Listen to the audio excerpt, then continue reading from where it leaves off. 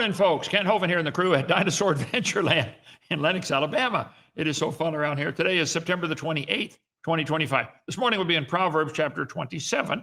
Open your Bible exactly to the middle. You should hit Psalms. Actually, technically, Psalms 118, verse 8, if you're worried about it. And the exact middle is the two words, the Lord. He's the middle of the Bible. That's what I've heard. I don't know. I didn't count the letters. Okay. But anyway, so then right after Psalms is the book of Proverbs. If you want to get our series we did on Psalms, Joseph, is that ready? All the slides? Did you find the rest of them? No, it's not exactly ready. It's getting compiled. Okay. Soon. You get all my slides. I spent hours and hours on this getting slides. You can use it, preach the sermons, change something if you don't like it. Okay. Okay. Proverbs chapter 27. Humility, prudent decision making, the value of genuine friendship. Some people have never really had a real friend. Okay. Be with you in a minute. Okay. We're on Facebook and on Rumble and on, let's see, Twitter, X. We're on our own app, KentHovind.tv. We're on Instagram, TikTok, a bunch of people following. Sign up for all of them in case they take one down, because they're likely to take one down. Joseph, they said they're reinstating channels that were on YouTube that were taken down for medical misinformation, like the vaccines. That's the reason they took our first one down with 250,000 subscribers. Yeah, I've appealed on that, and we've already been denied. They don't want that channel back up. Still I do. Hear from the Genesis Baptist Church. All of you call YouTube, whoever they are, say, look, they're Chinese, aren't they? I don't speak any Chinese. Chao Ko, Chao, that's Vietnamese. Never mind. Okay. Anyway, get them, say, look, put that channel back up. I don't hurt anybody. They get all our videos and spread them around to the world. Here we go. 28th, Proverbs 27, September. If you want to join us for any holiday, come on down. We'll be your family. Many people don't have a family. Well, don't be lonely sitting at home. Come visit us. We'll feed you and house you. And if you stay too long, we'll put you to work. The way it works around here. Our fall festival coming up the end of October. Then we have Christmas. Come join us for Christmas. Don't be lonely. Come visit us. We'll treat you like royalty. And we need some more cabin spaces. I'll talk about that in just a minute. We fill them up all the time. Thousands of visitors from all over the world. Church group came down from Birmingham, had a blast, okay, about a week and a half ago. We have church groups come, school groups, doesn't matter. We have 17 lakes and ponds you can fish or swim in, all kinds of fun stuff to do. Let's see, perfect place to bring for family reunions, conference revivals, retreats, scout camps. Come on down. DAL is not a cult, as some of the idiots around here say. It's a Baptist church camp teaching people to believe the Bible and live for God. Bring your whole family. We have stuff for all ages. Let's see, Justin, your boys are 3, 5, and 7. And your wife is a registered nurse. And you've been here a long time. Why did some of the morons call this a cult? And they say they're pedophiles. You got 3 kids, 3, 5, and 7. I got a Swiss Army knife. If we find a pedophile, I'll fix him myself. Okay. There are no pedophiles here. There are no drugs or alcohol. It's a great place for kids of all ages. Perfect place to learn some real science. The earth is 6,000 years old. It is not billions of years old. Dinosaurs lived with man all through history. They called them dragons or some other name. The geologic column does not exist. Grand Canyon is a washed out dam that formed in a few weeks. It did not take millions of years. See, water does not flow uphill in Arizona. And the top of the canyon is 3,000 feet higher than where the river enters the canyon. It's a lake that drained. I show all that on video number 4. Anyway, don't get me riled up here. Evolution is the dumbest and most dangerous religion in the world. And learning how to defend your faith against those who've been brainwashed into that religion is what we're about. Most of you know, DAL's been open for free. We've been building for 9.5 years, built by volunteers and donations from those who love the ministry. We had 40,000 plus visitors from all 50 states and 80 foreign countries. We serve about 3,000 meals a month. We do it all free. Want to help out? People of all ages love it here. We teach hundreds of simple, powerful lessons. If you haven't taken the real tour with me in the Jeep, you haven't seen this part. But we teach them, you got to make decisions carefully. You know, if Dad said, don't go down that hill, but you didn't listen, did you? I tell the parents, take a picture here. That'll save them $50,000. Take a picture of their kid laying there by the sign. I didn't listen to Dad, and blow it up, put it in their bedroom. And when they get ready to do something stupid, hey, come here, kid. Let me remind you of this picture. Those kids had a blast. I do this every day, a couple times a day. Yesterday, our Creation Science Center was attacked by a ferocious T-Rex. I was sitting in my office looking right out the window, and there came this T-Rex. But our fearless secretary and Science Center tour guide came out and scared him away. Thank you, Bobby. You saved us. Is Bobby in here?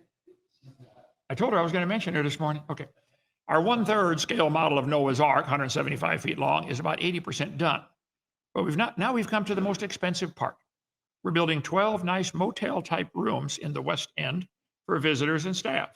We need plumbers and electricians, and 12 toilets, 12 showers, 12 bathroom sinks, a bunch of electrical wiring. Some of you plumbers and electricians, you got all kinds of spare boxes and outlets and stuff. We got to go buy it all. Just bring a bunch with you and help us wire 12 mini apartments, okay? Or help us do the plumbing for them. Okay, let's see. What on earth are you doing for the Lord's kingdom? Okay, come spend a few days and help us out. If you can't come, help those who do. Pay for stuff, okay? It's like, if you like watching grown men fight over a ball and you think that's more important than working for the Lord, then stay home. We'll do it without you. We've addicted ourselves to the ministry. That's a cool verse in 1 Corinthians. They addicted themselves to the ministry. I like that. That's what I want to do. I want that on my tombstone. He was addicted to the ministry. Some people addicted to something else. There's a war going on. In 2 Kings 17, it says they sold themselves to do evil.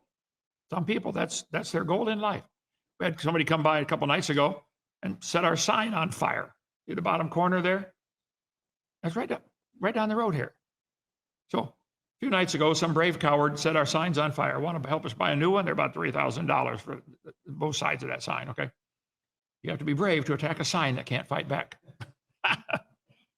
If you did that, you're a coward, okay? 1350, did I get the right number? I did.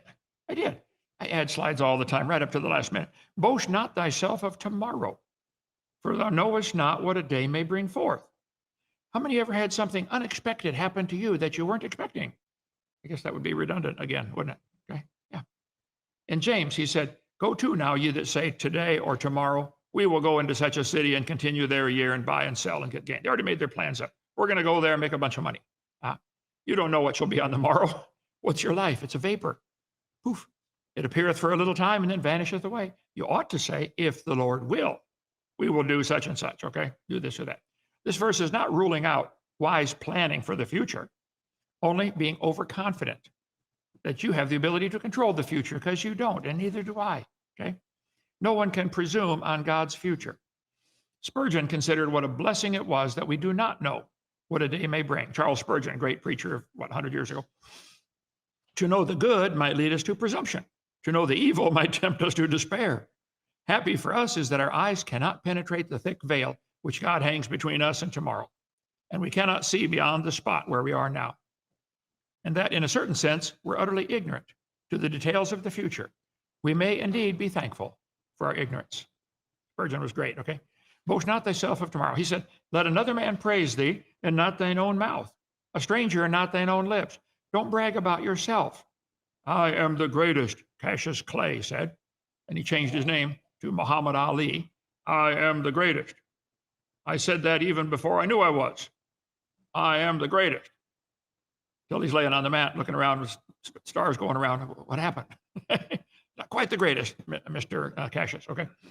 A stone is heavy. The sand is weighty, but a fool's wrath is heavier than them both. Wrath is cruel, and anger is outrageous. But who's able to stand before envy? Open rebuke is better than secret love. It's better if somebody just tells you right up front, listen, you stink, go take a shower. Oh, okay. Yeah. Wrath is cruel. Who can stand before envy? Envy is an interesting word. A feeling of discontent and resentment aroused by and in conjunction with desire for the possessions or qualities of another. I wish I had what he's got. That's envy, okay? Envy found in the Bible quite a few times. The sound heart is the life of the flesh, but envy is the rottenness of the bones. I forgot to call Patrick Urish up in Pennsylvania. I've heard that people who are envious and always wanting other things but can't get them, it does something to their skeletal structure. Depletes calcium or something. I don't know what it does. He would know. Pat Urish, URISH.IHP.com. Yeah, okay. Urish, IHP, no dot. Urish, IHP, YURISH. He's a genius. He's one of our trustees. Genius on nutrition. Anyway, wrath is cruel. Anger is outrageous. Who's able to stand before envy? For he knew that for envy they delivered him. See, Jesus knew the chief priests had delivered Jesus for envy. He had big crowds following them. Jesus had big crowds following him, and he would teach them. and they'd gather around and listen. The priests would sit there and wish everybody would come hear me. Some people are envious of our YouTube channel and our other channels, aren't they, Joseph? That one guy, AJ, he's always saying, trying to use my name to get more views on his channel. He's envious. I love it. Okay. The patriarchs, moved with envy, sold Joseph into Egypt. They sold their own brother. Why? They were envious of him. Yeah. People do dumb things when they're envious. The Jews saw the multitudes. They were filled with envy. This is in the book of Acts. Jesus is gone. These are the disciples out preaching, and people come to hear him. And the Jews get envious. Wish they'd come hear me preach. Well, say something smart. Maybe they will. Okay. The Jews believed not. They were moved with envy. So they took unto them certain lewd fellows of the baser sort. There's plenty of those around. And gathered a company and set the city on fire. They did a riot. Isn't that what the liberals are doing now? You know what the opposite of right is wrong. Spelled L-E-F-T. Okay. Some indeed preach Christ of envy and strife. He's proud, knowing nothing. Whereof cometh envy, strife, railing. It's in the Bible, 20 times the word envy. You can look it up for yourself. Faithful are the wounds of a friend. Look, when somebody loves you, they'll tell you the truth. But the kisses of an enemy are deceitful. The full soul loatheth an honeycomb, but to the hungry soul every bitter thing is sweet. Faithful, forthwith he came to Jesus and said, Hail, Master, and kissed him. That's Judas. In Mark chapter 14, as soon as he was come, he goeth straightway and said, Master, Master, and kissed him. A woman in Luke chapter 7 stood behind Jesus, washed his feet with her tears and wiped them with her hair and kissed his feet. There's only two records of people kissing Jesus in the Bible. Judas to betray him for money, and the woman to show her extreme love and devotion. Have you ever shown your love for the Lord? It would really help if you just tell somebody else about him. That was his greatest command to all the disciples. Guys, would you please go into all the world and spread the gospel? If you're not doing that, you don't get the point. Some of you are more worried about who wins over a stupid ball game or knocking a ball into a hole in the dirt. Whoa, yay. Faithful are the wounds of a friend. Let's see. A full soul loatheth an honeycomb. When somebody's full, you can't feed them anything. Oh, how about some honey? I just can't fit it. But to the hungry soul, every bitter thing is sweet. See, as newborn babes, we're supposed to desire the sincere milk of the word. If you've got Jesus in your heart, there ought to be a hunger where you want to read the word. You want to know. I got a guy text me last night. He's concerned about, can I be sure I'm saved? I said, well, the fact that you're concerned about it is probably a good sign that you are. Because if you weren't saved, the devil would make you busy on something else. You wouldn't even be worried about it. And if you're worried about, wow, I'm a sinner, is God going to take me? That's a good sign you're one of his kids. Because now you're worried about pleasing him. You weren't before, were you? If so be you've tasted the Lord is gracious. Blessed are they which do hunger and thirst after righteousness. They shall be filled. Jesus said, I'm the bread of life. He that cometh to me shall never hunger. See, there's three things in the Bible mentioned that will help us grow.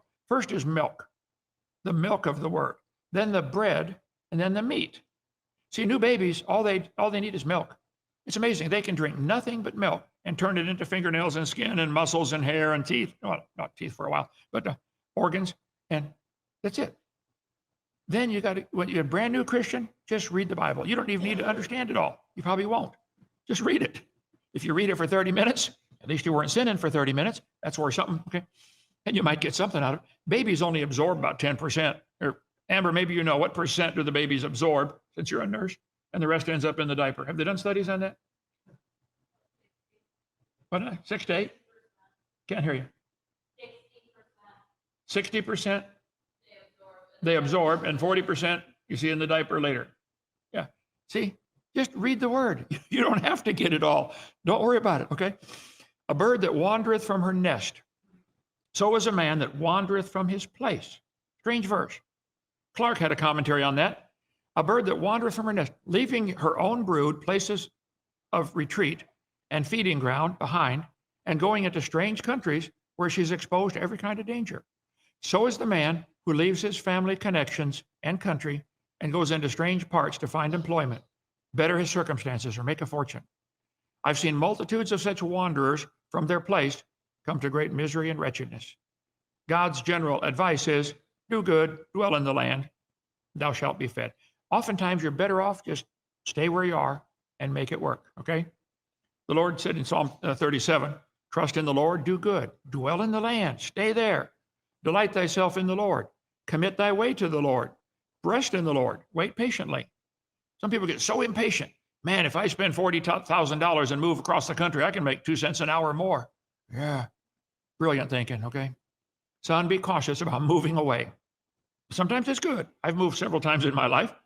The grass may look greener somewhere else, but it might be artificial turf.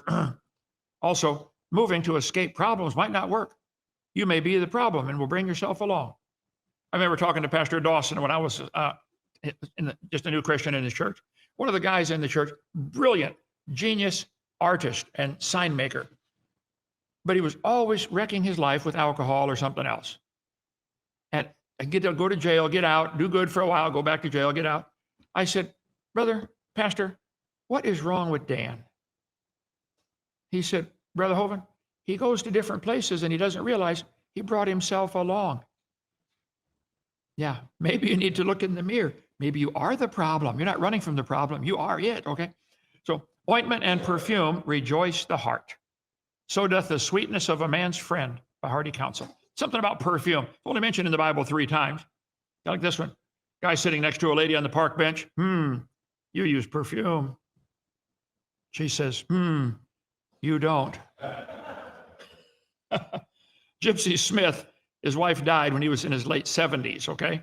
Gypsy Smith, a great Salvation Army preacher back in the 1940s. And so his wife, his second wife, Mary Alice Shaw, married him on her 27th birthday when he was 78.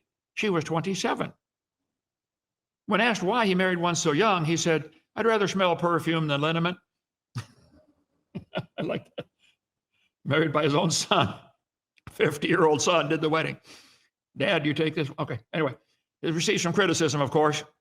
She was a great helper to him through the rest of his career. Ointment and perfume rejoice the heart. So doth the sweetness of a man's friend by hearty counsel. Thine own friend and thy father's friend forsake not. Neither go into thy brother's house in the day of thy calamity. When you're having a hard time, it's not the time to always go to your brother or sister and whine, can you help me? Some people, when they call me on the phone, I know what they're going to do. They're going to beg for money.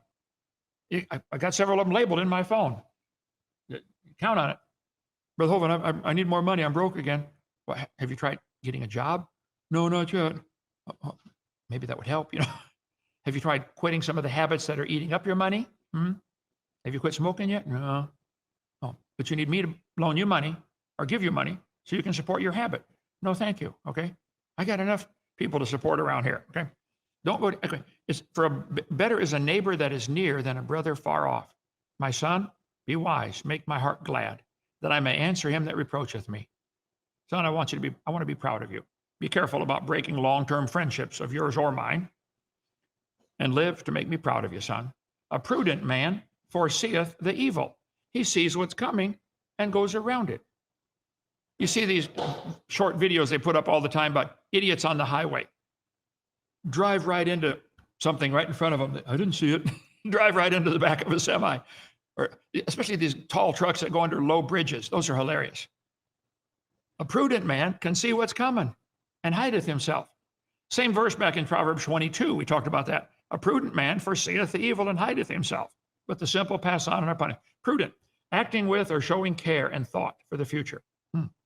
2 guys walked into a bar. The third one ducked. I take people up to the North 40 where we feed the cows, you know, and I say, look, watch where you walk. Almost always there's one kid steps right in it. I say, do you watch where you walk? Okay, well, you can't ride in my Jeep anymore. Okay. Prudent man foresees the evil. Don't drive a 4-ton vehicle onto soft ground, okay? He that blesseth his friend with a loud voice, rising early in the morning, it shall be counted a curse unto him. Don't go to your neighbor's house at 5 in the morning. Hey, Johnny, you up yet? Let's go get some coffee. You may face, the gun barrel out the door if you don't shut up, okay? A continual dropping in a very rainy day and a contentious woman are alike. You ever been in a building where they got a leak in the roof and you hear the drip, drip, drip, drip, drive you nuts? Solomon had 700 wives. He should know.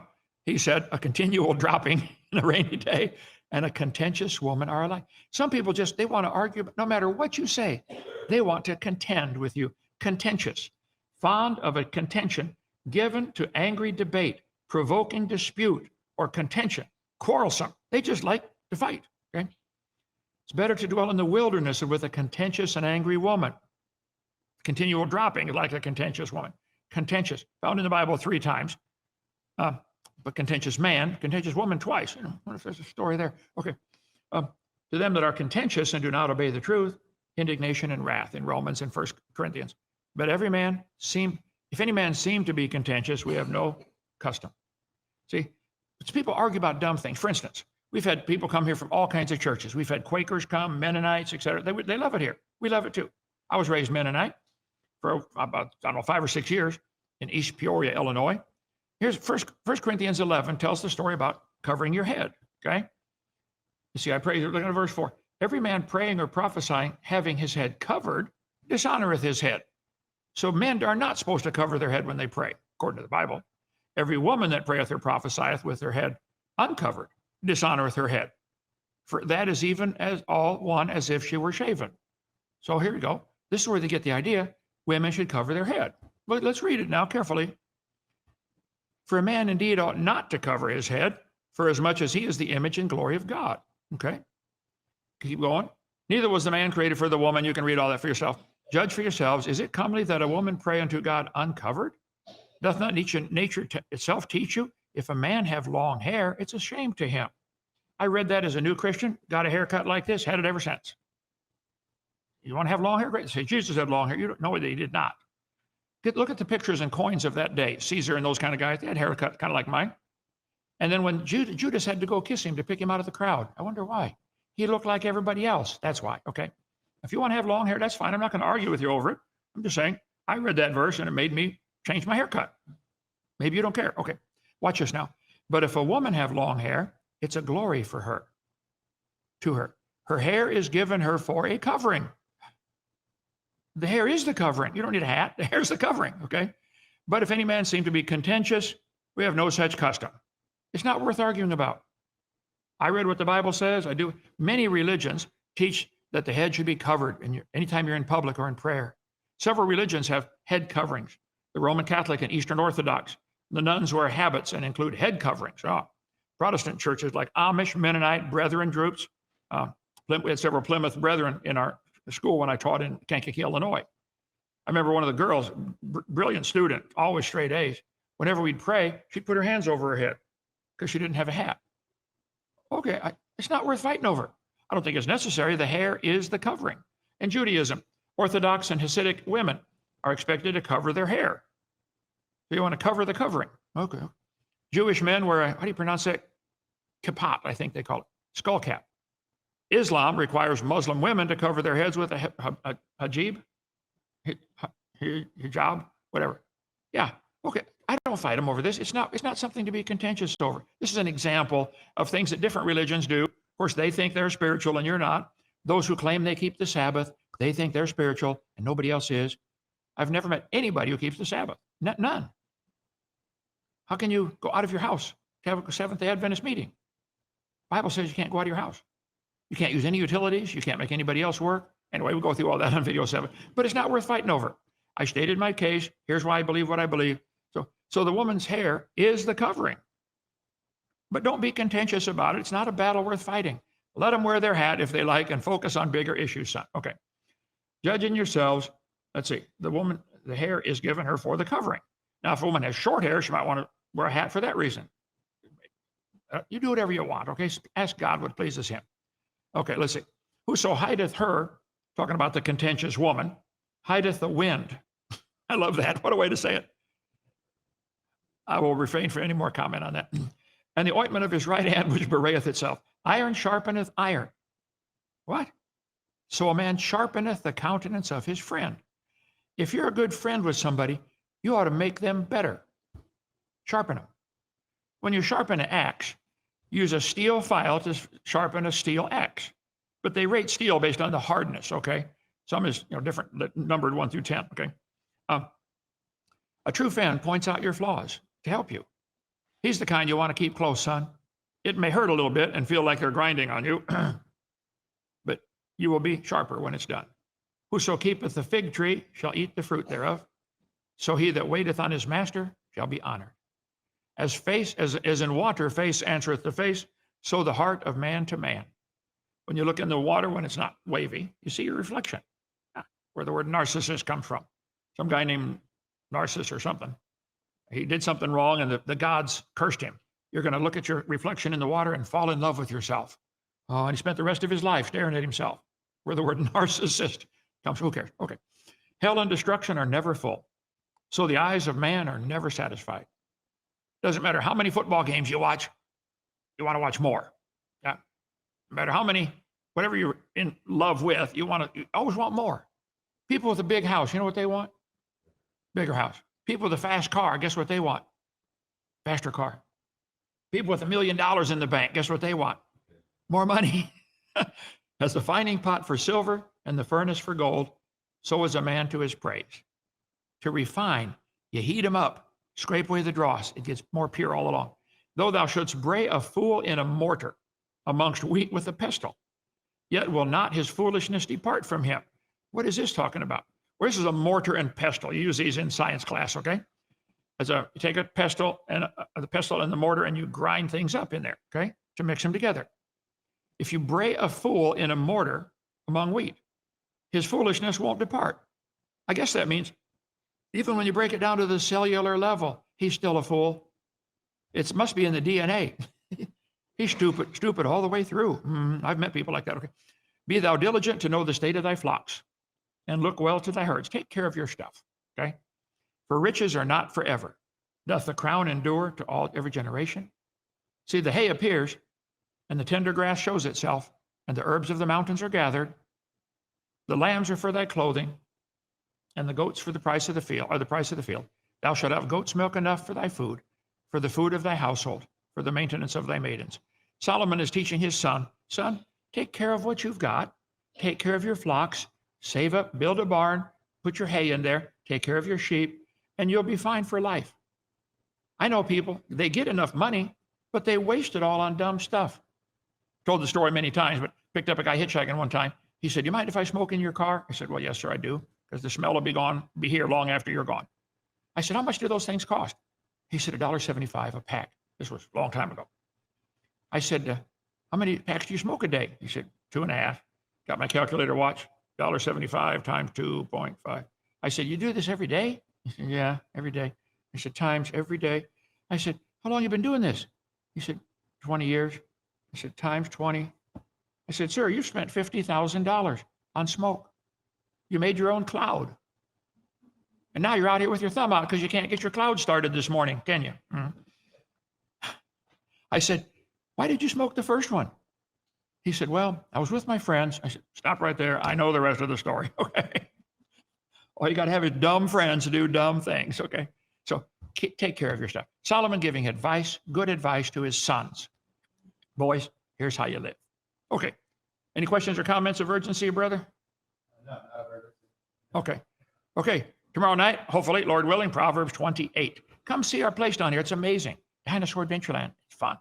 Lots of. If you got ideas for cool swings or slides, or you want to come help us either build or pay for the material to build the 12 apartments now. This is the expensive part. You got some toilets or showers. Some of you plumbers might have 5 toilets sitting in your house that you're not using. I don't want the ones you use, okay? But we got to get everything to build 5 complete motel rooms, but basically. 12 complete motel rooms. Help us out if you would. Okay, let's pray and let's sleep. Thank you, Lord, for letting us be part of your family. Thank you for giving us your written word. Lord, thank you for all the millions down through history that have suffered and died so we can hold a copy of it. Help us read it and heed it now in Jesus' name. Amen. All right, thank you. See you tomorrow night. Bye.